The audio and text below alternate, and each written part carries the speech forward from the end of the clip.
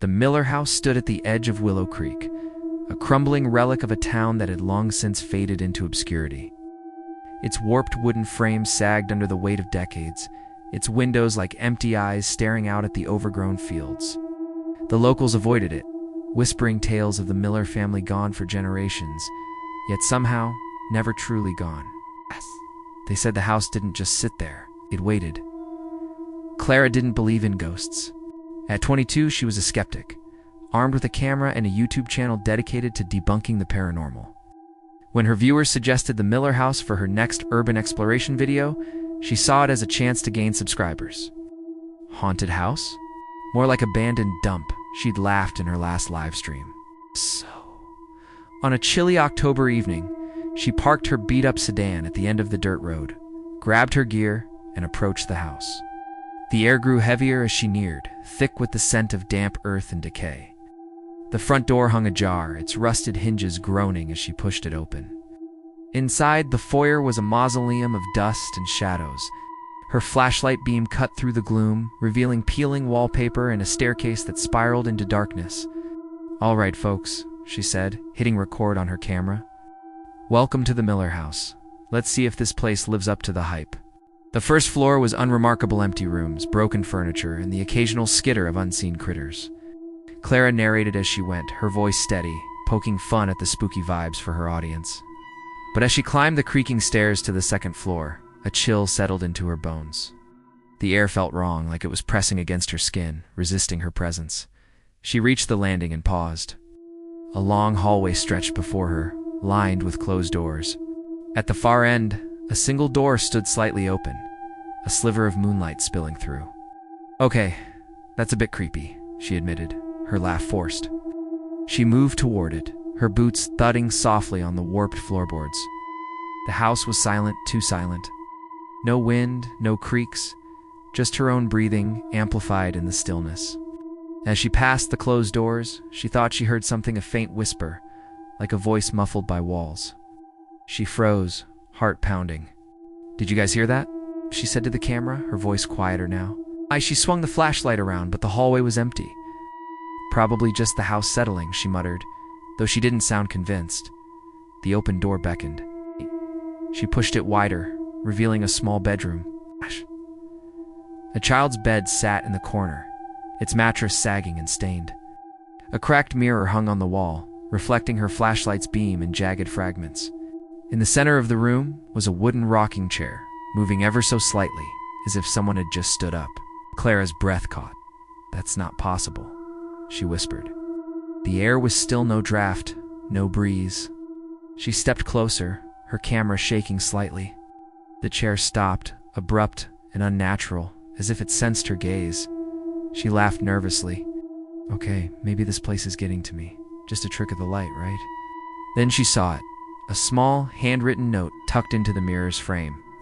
She reached for it, her fingers brushing the cold glass. The paper was brittle, the ink faded but legible. It read, "They never leave. Neither will you." Her stomach twisted. "This has to be a prank," she said, but her voice wavered. She stuffed the note into her pocket, determined to stay professional. "Let's check out the rest of this place." As she turned to leave, the door slammed shut behind her. She yelped, spinning around. The knob wouldn't budge. "What the hell?" She yanked harder, her pulse racing. The camera caught her wide-eyed reflection in the mirror, but for a split second, she swore she saw something else, someone else standing behind her. She whipped around, flashlight sweeping the room. Nothing, just the empty bed and the silent chair. "Okay, Clara, stay calm," she told herself, forcing a smile for the camera. Doors stick in old houses, no big deal. But the air felt heavier now, like it was closing in. She managed to pry the door open and stumbled back into the hallway, her heart hammering. The whispers were louder now, overlapping like a chorus of voices just out of reach. They weren't words she could understand, just a low, insistent murmur that seemed to come from the walls themselves. She gripped her flashlight tighter, its beam shaking as she moved down the hall. The closed doors rattled faintly, as if something on the other side was testing them. She reached the staircase, ready to bolt. But a sound stopped her, a slow, deliberate creak from above. The attic. She hadn't noticed the pull-down ladder before, but there it was, partially lowered, swaying slightly. Against every instinct, she climbed, her curiosity outweighing her fear. "If I don't check it out, you guys will never let me hear the end of it," she said, her voice thin. The attic was a cavern of shadows, cluttered with broken furniture and cobwebbed trunks. Her flashlight caught something in the corner, a small, locked chest, its surface carved with strange, spiraling symbols. The whispers were deafening now, a cacophony of voices circling her, pulling at her thoughts. She knelt by the chest, her hands trembling as she touched the carvings. They felt warm, almost alive. "Don't," a voice said, clear and sharp, right behind her. Clara screamed, dropping the flashlight. It rolled, casting wild shadows across the attic. She scrambled to her feet, camera forgotten, and saw her a girl, no older than 10, standing in the center of the room.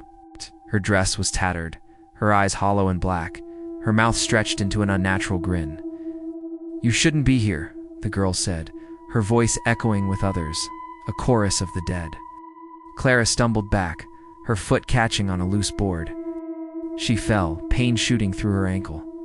The girl didn't move, but the air grew colder, the whispers sharper, slicing into Clara's mind. Who are you? In your hours now." The chest burst open. Hands reached out, pale, claw-like, too many to count. They grabbed at Clara's legs, her arms pulling her toward the chest. She screamed, thrashing, but they were relentless, their grip like ice. Ow. Her camera fell, its lens catching the girl's face as she leaned closer, her eyes swallowing the light. Ow. Clara's screams cut off as she was dragged into the chest, the lid slamming shut behind her. The attic fell silent, the whispers gone. The camera kept recording, its battery light blinking in the dark, capturing nothing but the empty room. The next morning, a local found Clara's car by the road, still running. Her camera was recovered from the Miller house, its footage uploaded by a curious teenager before the police sealed it off. The video went viral, though most called it a hoax. Clara was never found. The chest in the attic was gone too, as if it had never been there. The Miller house still stands, waiting. And sometimes, late at night, the locals say they hear whispers on the wind, calling for someone new.